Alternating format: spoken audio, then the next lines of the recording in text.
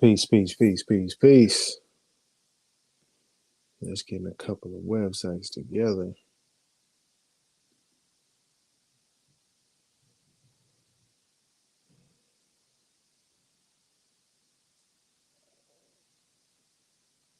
Wow. Wow. There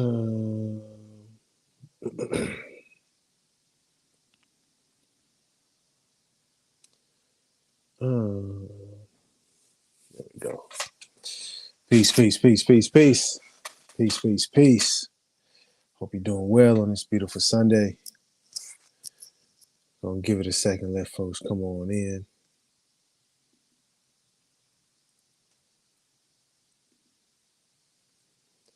Living in some difficult times right now.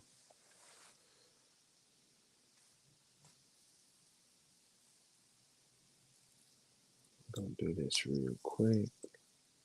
Bam. Got that going. Cool.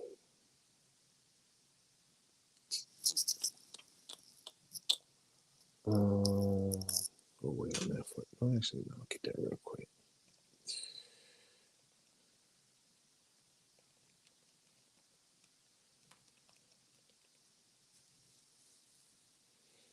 All right.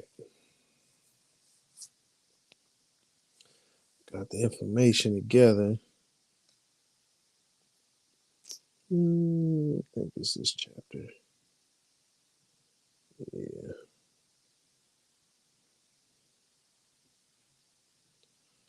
There we go. Boom. All right. Peace, peace, peace, peace, peace. I'm Rami. Thank you for watching. Thank you for joining us. First and foremost, I just want to say a quick prayer for the brothers and sisters in Palestine.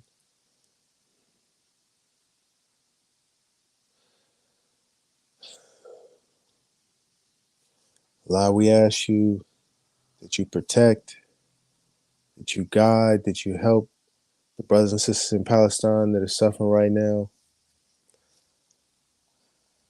Please help the ones that are doing the evil and the wicked things see the light, see the truth. We should not be killing each other. We should be loving instead of hating. We should be uplifting each other instead of tearing each other down. Yeah. That's all I got. Amen. Amen. All right. Palestinians, genocide, and why Moors blacks should care. Let's first start. Well, first and foremost, any human being, let me start by that. Any human being, should care about this. What's happening in Palestine to the brothers and sisters in Palestine, it's not right. It should be not. It shouldn't happen. It should not happen to any people, not just the people in Palestine, be it the people in the Congo, the brothers and sisters in Syria, the brothers and sisters what happened in Armenia, brothers and sisters in Cambodia. No genocide is okay, and it shouldn't happen.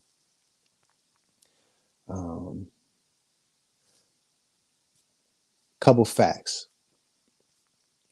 Genocide. Let's start with that real quick. Yeah, let's start with that real quick, just to put that foundation on the table.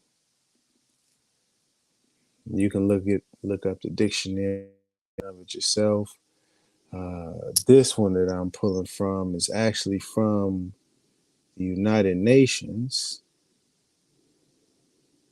All right, United Nations Office of Genocide Prevention and the Responsibility to Protect.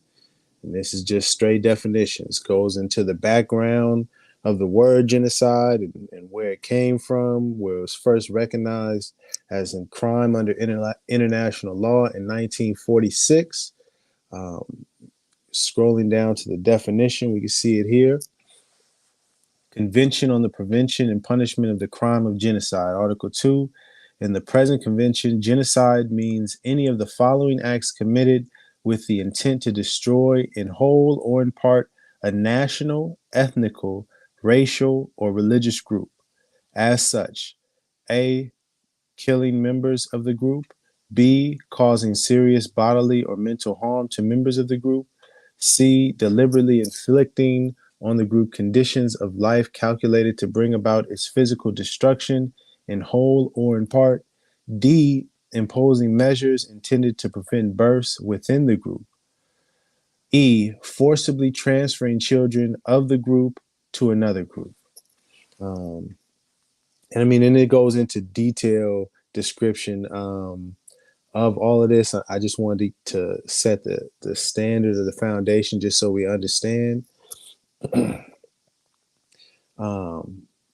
And to be honest with you, I don't even want to get into too much of the details or try to get even attempt to try to get into the details of what's happening um, out of out of respect to the Palestinian brothers and sisters who are going through this suffering, and just to be honest, that I am ignorant of much of all that they have suffered. You know, most of us, most people, let me say that, have become aware of this issue and this quote unquote conflict or this genocide, as I would say, since October 7th. Um, but the Palestinians have been suffering through this genocide long since then.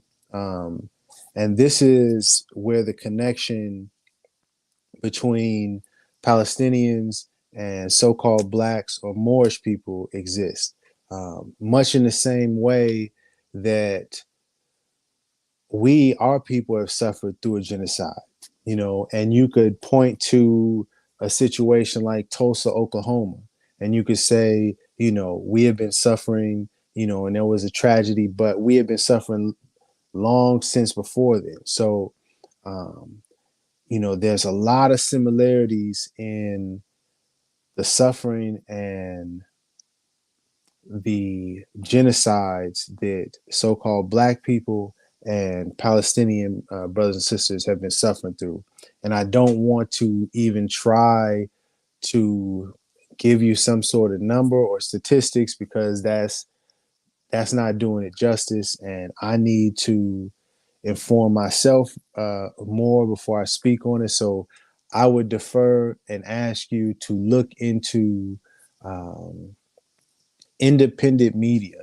Look into the Gray Zone, Aaron Mate. Look into Jimmy Dore. Look into Russell Brand. Look into Tucker Carlson. Look into all sorts of independent media and educate yourself on what's going on. Um, More specifically, why Moors, and this one is specific, talking specifically to Moors or so-called black people right here. There's a specific reason why we should care about this issue. Peace, peace, peace. I know. There's a specific issue why we should care. I mean, there's a specific reason why we should care about what's happening to the Palestinians. I mean, there's a long history of the solidarity between Palestinians and their struggle and so-called black people and our struggle. Muhammad Ali, Malcolm X. I mean, the list. Please look into it for yourself. I don't want to. I'm trying to focus and not get sidetracked because it's a lot that I feel about this and want to express. But I'm trying to stay focused, doing my best to stay focused. So here we go. We have a deep connection with the Palestinian people. We are, distant relatives. We're like long lost cousins, if you will.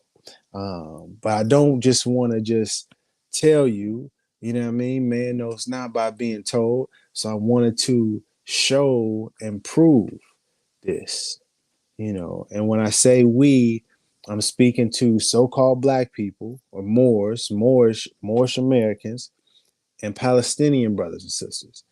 Um, so first, let's go right here. Boom. All right, real simple. And you can, I mean, we could do a deeper dive, you know, into this and, you know, get educated more on the topic. But this is just to show you the simple connection and the link. This is right off the Wikipedia. And I'll just go to Palestinians and look into the origins. It says the origins of Palestinians are complex and diverse. I sounds out like that about so-called black people. Anyway, I'm sorry. Let me focus. Here we go. Where we at? Where we at? Palestine has undergone many demographic and religious upheavals throughout history.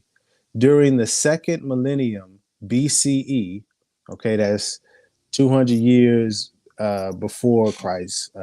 So you know we're talking like 2,500 years ago, something like that. Yeah, something like that. Palestine was inhabited by the Canaanites, a Semitic speaking people who practiced the Canaanite religion. I'm going to read that sentence again. Moors, listen up. Moors, listen up. Palestine has undergone many demographic and religious upheavals throughout history. During the second millennium BCE, it was inhabited by the Canaanites, Semitic speaking people who practiced the Canaanite religion. Palestinians share a strong genetic link to the ancient Canaanites. Okay, we're going to leave it right there. We're going to leave it right there. Palestinians show a strong genetic link to the ancient Canaanites. Okay, all right, all right. Now let's bring it on over. Let's bring it on over. We're gonna go on right on over. To Noble Drew Ali. All right, get your Quran Circle Sevens out. Do you got your Quran Circle Sevens out, ladies and gentlemen? Because we need that. We need that. Let me see. Well, let me get myself off the screen. Hold on one second, John. Let me get this. There we go. There we go. Okay. This is chapter XLV. What's that? 20, 27? No. 37? No. How many is that? XL. No, 40. Excuse me, 47. Um,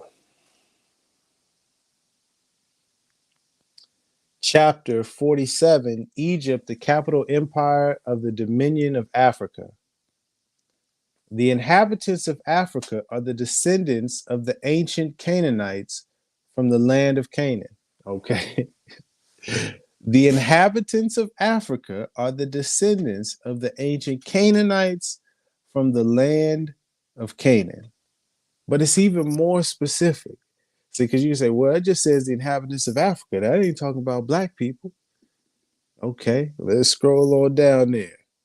More specifically, according to all true and divine records of the human race, there is no Negro, black, or colored race attached to the human family, because all the inhabitants of Africa were and are of the human race, descendants of the ancient Canaanite nation from the holy land of Canaan. What your ancient forefathers were, you are today without doubt or contradiction. Yeah. So, yeah, black people, yes. But then I know some people might say, well, that's just, you know, your beliefs and that more stuff. You know what I mean? That doesn't prove anything. That's just some religious stuff. That's not proof of anything. And you know, I hear what you're saying. And this came out in 1926. So I just wanted to pull up this other thing real quick. Let me see here. Let me see if I can find it. Okay. Here we are. Let me just share the screen. And I'm not going to get into this in detail because The focus isn't about that. You know, I want to keep the focus on our Palestinian brothers and sisters, but it's a reason why black people, so-called black people, Moors, we should be caring about what's going on. It says the curse of Canaan and the American Negro. L. Richard Bradley. Okay. This is a scholarly paper. It was published in 1971. Okay. The curse of Canaan and the American Negro. Now, Noble Drew Ali spoke about so-called black people and the inhabitants of Africa being descendants of the ancient Canaanites from the land of Canaan. And he did that in 1926. Now, here is a academic paper that was published in 1971, The Curse of Canaan and the American Negro. I'm not going to get into the article, but you can see for yourself. You can look it up for yourself. Once again, it's written by L. Richard Bradley, Bradley, L. Richard Bradley, The Curse of Canaan and the American Negro. The connections between the so-called American Negro and the Canaanites. So you have the fact, the simple fact that, oh, that was the other thing. That was the other thing. Almost forgot. Almost forgot. One second.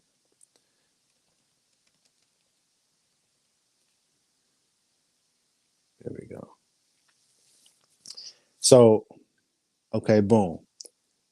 Palestinians, so-called black people, Moors. There's a connection. Why should we care? Palestinians are connected to the ancient Canaanites. So-called black people, Moors, connected to the ancient Canaanites. Palestinians suffering through a genocide. So-called black people suffering through a genocide. Palestinians having their land taken. Black, do you see? There's a connection. There's a reason why we should care. But I just wanted to show this last thing real quick, because it may help you with the context, just in case you wasn't sure.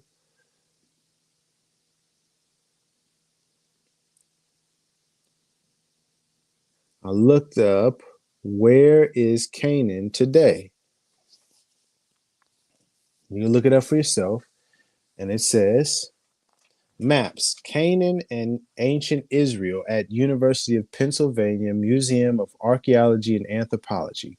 The land known as Canaan was situated in the territory of the southern Levant, which today encompasses Israel, the West Bank, and Gaza, and Jordan, and the southern portions of Syria and Lebanon. Just to give you some context of where Canaan was and where it would be today, it would be in the land that was known as Palestine, but is currently being called Israel, and including the West Bank and Gaza, where Palestinians are today. So it's a very simple connection why Palestinians are genetically linked to Canaanites, because they're in the land of what used to be called Canaan. And if you follow matter of fact, real quick, last thing, because if you trace understanding who we are and understanding our history of us being Moors and our descendants of Moors, and if you understand that another term for Moors was Berber, here goes a academic book. This is called The Gift of the Land and the Fate of the Canaanites in Jewish Thought, Chapter 13, The Canaanites of Africa, the Origin of the Berbers, according to medieval Muslim and Jewish authors, published February 2014. This chapter, I'll read the abstract real quick. This chapter shows that from the Middle Ages onward, certain Arab historians came to identify the North African Berbers with the Middle Eastern Canaanites. Now, the North African Berbers are also known as Moors. Um, Influenced by rabbinic rabbinic traditions which upheld that the Canaanites immigrated to Africa, their accounts are mixed with other legends that represent the Berbers as descendants of Goliath, hero of the Philistines. According to 14th century historian Ibn Khaldun, more, come on now, the Canaanites and the Philistines were all descendants of Ham, and the former helped the latter in their wars against the Israelites. The identification of the Berbers with the Philistines is also found in medieval The identification of Berbers with Philistines is also found in medieval Jewish sources. In later times, even the North African Jews originating from the Berber regions came themselves to be called Philistines. Come on now. Come on now. But I'm not that is the academic part of it, and showing the connection just so that people understand it's bigger than just some guy named Noble Ali saying that there's a link. It's an actual real connection, historical, documented, proven connection. And this is also why it's important to know who you are, know your history. I got my little notes. All right. I say all of that to say, um, why should we care? Because those are our distant cousins, our distant relatives. What's happening, what's going on to them, that's our extended family, our human family, but also our family through our ancient lineage. You know what I mean? And it gets deep. We should care because of that reason. If you're Moors, you should care because we should be uplifting humanity, you know what I mean, and being about love instead of hate. And understanding what we have gone through and are going through here in the US. You should definitely have empathy and understand the feeling that comes with your home and your community being destroyed, and there's nothing really that you are being able to do about it. You know what I mean? And still doing the best we can to fight and stand up and, God willing, overcome and prevail. Um, that being said, what can we do? I fell back from making videos and even speaking about this for a minute, um, just because it really has made me feel a bit hopeless and a bit helpless. Like I can't. There's nothing. I don't have the power to really do anything. Um, and my son was asking me about what was going on, and so I started to educate him on the history and what was going on in Palestine. And he was sad about it and just was like, that's not right, but it's only so much that he can understand, only so much I was explaining to him at 11. It's story time real quick. So then we're going to the market. It's a market by where I live. I've been going there since they were little. I've been going there. My dad used to take me and my sister when I was little. So decades. As we're walking back home, I explained to him. I said, the owner of the market, real cool dude. They always hook him up with little candies and such. I said, he's Palestinian. And then that's when it hit my son. It really connected for him. Like, it wasn't just some abstract idea that I was speaking about. This understanding that what they were going through is affecting someone that he actually knows. You know what I mean? And that helped him out, and that it's cool, that he's cool with. And so he was saying that what can we do? Got me thinking. And what I felt we could do is make them a meal. You know what I mean?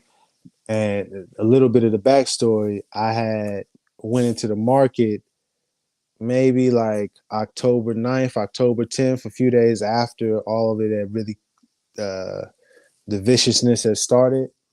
And I heard him speaking with another Palestinian brother, and they were in a really passionate conversation, and I could hear the pain in his voice. You know what I mean? And just let him know that I was praying for him.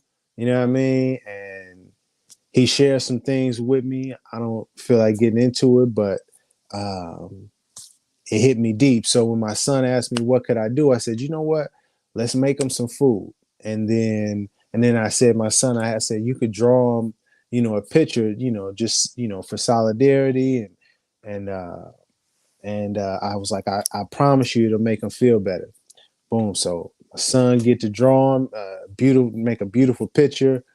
I cook up some brown sugar salmon, um, maybe like 30 barbecue wings, a whole tray of rice, and we take it to him. And I leave. I actually left to go to Hawaii for a little bit. Came back, hadn't been there in a minute. And my son was like, "Man, did they like the picture? Did they like the food?" And I was telling him, when I get a chance, I'll stop in and see. I go back in there, maybe like 4 or 5 days later. Uh, they tell me they love the food, and the owner, he was so happy, and he said my son's drawing made him so happy. He put it up on like in front in the counter. He said it's never coming down, um, and so I told my son that, and my son like lit up with joy, and he's happy. And so he was proud. Then a few days later, I slide through the market, say what's up, and I see someone else added another poster in solidarity to the front of the counter. You know what I mean? So boom, I take a picture of that, send it to my son. I'm like, look, I'm like, you inspire somebody, right? He like, oh, Dad, I'm an inspirer, right? And I said, no doubt. I said, you see, even though it was just a drawing, you see how much it affected people. Um, Fast forward, maybe like 3 or 4 days ago, I was like, man, I just wanted some chips. You know what I mean? I said, walk to the market, give me a bag of chips. It's a vice of mine. I'm trying to cut them out. Anyway, boom, walk to the market. It's a nice night. Um, And when I'm walking up, it's another brother that works there. He's Eritrean. He's talking to another brother outside, and he's like, "Oh, what's up, brother?" He was like, "Yo, yo, yo," and so he introduced me to the other brother. He was like, "This is the guy. This is the brother whose son made the drawing."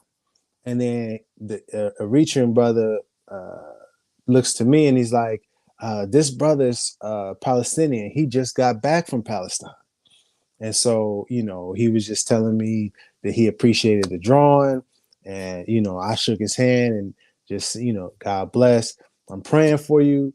And so then, after I got back, called my son, for prayer before he went to bed and told him, yo, I just met a Palestinian brother that just got back from Palestine and saw your drawing and it made him feel better. And my son felt even more proud and happy that something he did could actually affect and help the brothers and sisters from Palestine. Um, and I tell that whole story to say that if you're feeling a bit helpless about the situation, you're feeling like, oh, it's nothing that I can do, I want to encourage you to fight through those feelings and know that you can make a change, you can make an impact. Um, Something as simple as educating yourself and your family and your children about what's going on. You know what I mean? Teach them the truth about what's happening. Um, you can pray, you know what I mean? For those of you, who believe, I would ask and humbly ask you to pray. You know what I mean? Pray for peace, pray for forgiveness for those that are doing the wicked things, Um, Pray for strength for the brothers and sisters in Palestine to continue until they get their freedom and their justice and equality. You know what I mean? Um, and beyond that, I would ask for you to start looking in your communities, in your cities, in your towns for any Palestinian businesses so you can support them. You know what I mean? I'm not sure where you are out there, but wherever you are, ask around, see, do a quick search on the internet, Palestinian businesses near me, and see what's going on. Go call in, reach out, walk up, say, hey, I would love to support. Um, it's only so much I can do being here in the U.S., but we're in solidarity with you. What kind of businesses, services you offer, or maybe you don't even use their services. Maybe you just donate some money. Maybe you just donate. You bake some goods, or you make some clothing, or I don't know what you got. You know what I mean? But um, do what you can to support them in any way. Ask, maybe can you pray with them or pray for them. Um, Ask them, is there anything that you can do for them? Uh, Yeah. You know what I mean? Basically, I'm saying is that there's something that you can do, and that even if it is something that you feel is small, make a drawing, have your children make a drawing to give to the businesses, to their families. You know what I mean? It may seem simple, it may seem trivial, but you don't know how much something that small can affect somebody. You know what I mean? I know for me, it was extremely profound. This is like back in my younger days when I was out there protesting and Oscar Grant and everything was going on. When I started hearing from people from different parts around the country showing that they were in solidarity, it blew my mind, but it also gave me the strength to keep going, to further educate myself and, keep fighting, et cetera, et cetera. So, um, yeah, just wanted to share that.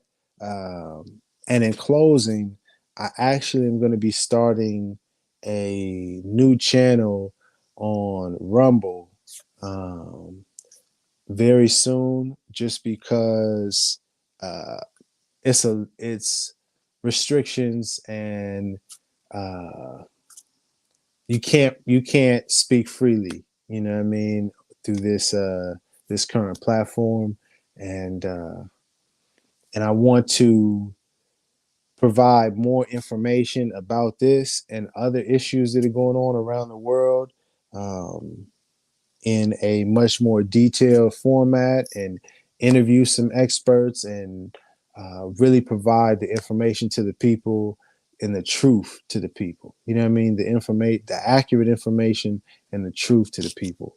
And unfortunately, at this time, that can't be done through this platform. So, um, if you're interested in more information about this, and you want to continue following, um, just let me know in the comments. You know what I mean? And or just stay tuned. Once I get everything set up, I'll inform you. uh, Love and prayers to the brothers and sisters of Palestine, um, to all the brothers and sisters all over the world that are being oppressed right now. uh, do the best you can. Whoever it is that's watching this, whoever you are, doesn't matter your nationality, um, to support those brothers and sisters. You know what I mean? Speak up, educate yourself, um, and do it with love. That's the last thing. I'll close on that.